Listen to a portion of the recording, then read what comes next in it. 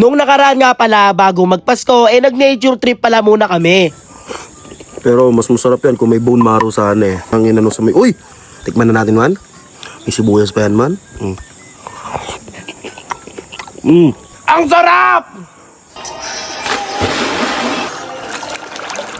Pero bago muna ang lahat, pumunta pala muna kami dito sa may Libertad, Pasay. Kasi bibili nga pala kami ng karne ng baka dito sa may JRS Marlin Meat Shop. Dito nga tamang check na ako kung anong mga karne ang bibilin namin. Pasensya na guys kasi medyo pause tayo ngayon kasi grabe napaka-solid talaga ng buwan na to. Para akong batang nanonood dito na satisfying Dito nga nagpahiwa ako na maninipis kasi magluluto tayo ng beef steak. After nga mahiwa nilagay na pala dito sa may plastic. Ito. Siyempre, hindi kompleto ang baka kung walang kasamang bone marrow. Kaya umorder din pala ako dito ng bone marrow kasi talagang mabisa to man. Tapos yung bone marrow, isasabaw mo pa. Nako, talagang panalo. Hindi na pala beef shank, bone marrow ang binili ko dito. Bumili rin pala ako dito ng ribs. Grabing nature trip to ha. Ang dami. Ang bigat naman nito. Grabe ka ate, ang lakas mo ha. Nga pala guys, ngayong darating na bagong taon at naghahanap kayo ng murang bilihan ng mga karni ng baka, dito na kayo bumili sa may GRS Marlin Meat Shop. Dito lang to sa Libertad, Pasay. After nga namin mamili ng mga lulutuin namin nandito na pala kami sa may campsite dito sa may Tagaytay. Bale, ito nga pala yung The Blackyard by Kuis. Meron na nga palang court dito. Ang maganda ka sa court dito habang naglalaro kayo kitang-kita ang napakaganda ng tanawin ng mga bundok. Tapos ito naman yung campsite. May swimming pool, may bonfire. Tapos may tambayan din dito na may napakagandang view. Ayan guys, tingnan nyo naman yung view dito. Grabe, napakaganda no? Wala na akong ibang masabi kundi napakaganda. Oy, anong pinapanood nyo dyan? Tapos yung swimming pool nila guys, yung gamit nila tubig fresh water. Tapos meron din pala ditong hanging net ba tawag dito? Hanging net. Okay rin tong campsite na to guys kasi nasa Tagaytay to, nasa taas ng bundok kaya siguradong malamig ang hangin dito. Ang sarap din talaga maglangoy-langoy dito guys kasi ang gamit nila ng tubig dito ay fresh water. Araw-araw nga pala nilang pinapalitan to kada may bagong guest. Tingnan nyo naman yung campsite na to, puro berde yung makikita mo sa kapaligiran mo Mapapakanta ka na lang talaga ng malamig na hangin sa gabing maulan.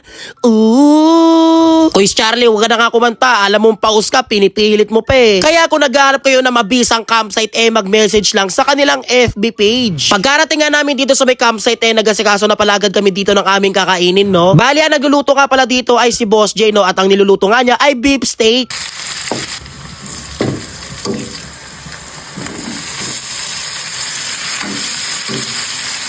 Mga ilang oras nga lang luto na nga pala itong niluto ni Boss J na beef steak. Grabe, ang sarap nito, nagmamantika Tapos habang nagsasandok ka ng ulam, ganitong view yung makikita mo dito. Talagang gaganahan ka kumain Tikman natin man, paborito ko to man Beef steak. Beef steak ay dun.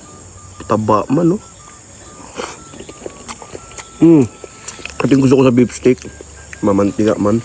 Sili man.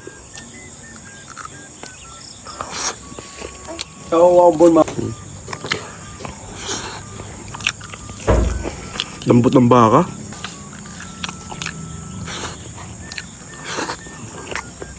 Uy, grabe. Pero mas masarap yan kung may bone marrow sana Kaya dun na lang inano sa may... Uy! Uy! Oh, ribbon maro nga yan. Uy! Saan galing yun? Nalaglag ata. Wow! Ayun Uy! Uy! Grabe, bagong luto man. Mainit-init pa Ayun gelatin man. Gelatin ay dun. Tikman na natin man. May sibuyas pa yan man. Ano? Langit? Ang sarap! Ang sarap! Sige.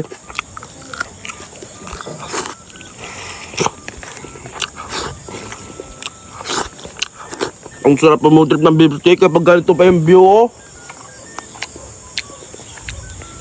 Okay na okay rin mag-camping dito guys kapag naulan kasi damang-dama mo yung lamig dito. Talagang ang sarap magkape. Tingnan nyo guys kung gaano kaganda dito kapag umuulan. Yung saktong ulan lang Kinagabihan nga nagawa nga pala sila dito ng pulutan Hindi ko alam kung anong klaseng luto yung ginawa nila dito sa may bangus basta meron siyang sibuyas, siling green, meron din silang itlog na maalat na hinalo, itlog na pula at nilagyan pa ng iba pang mga ricados. Tapos binalot sa may foil at inihaw na nga pala dito.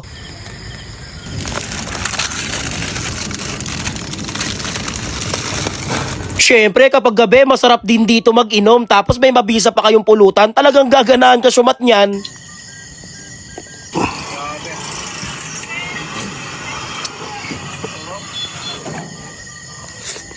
At Boss Jay. Pagkatapos nga pala namin mag-inom, meron nga pala dito naka-ready na nilagang baka. Tapos nagprito na rin pala kami dito ng itlog. At dahil nakainom nga tayo, medyo malakas man trip, ito, tamang sagaga pala ako dito ng kanin. At ang ginamit ko nga pala mantika, yung mantika ng beef steak. At ayan na nga, tapos na pala yung niluluto natin sangag. Tapos kumuha na rin pala ako dito ng nilagang baka. Guys, ngayon ko lang napansin, bakit pala gumagalaw yung duyan doon, yung upuan na duyan? So after mag-inom, food trip syempre, di ba?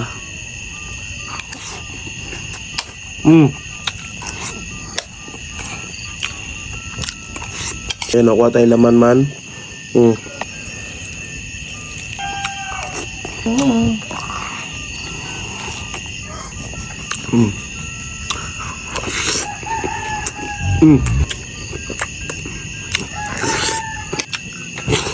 Solid. Kinaumagaan nga pala, tara kape. Ay, food trip na naman. Nagluto nga pala si Boss J dito ng kalderetang baka. Tara guys, sandok ulit tayo. Kaya tara, kain na tayo. So guys, ito nga pala niluluto ni Boss J na kaldereta. You know, tikman nga natin yung sauce pa lang. Ay ulam na. Sabi. Sauce pa lang yung ulam na. Gumaganon. Iba yan ha. Ayan, may taba man oh.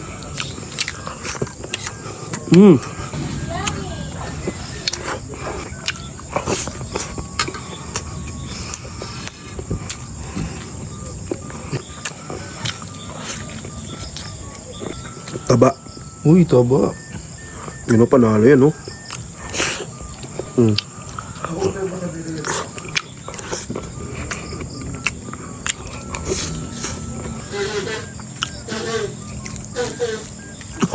Grabe, sarap talaga mag-food trip tuloy, no? Kapag ganito pa yung view. Yun o. Kamanda. Grabe. Tapos ang ganda rin ng view dito, yun, oh. Diba? Napakapayapa dito, guys, panalo. Yun, oh, taba, oh. Taba no naman, oh.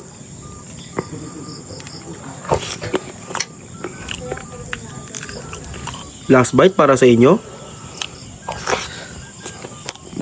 Ang sarap mabuhay.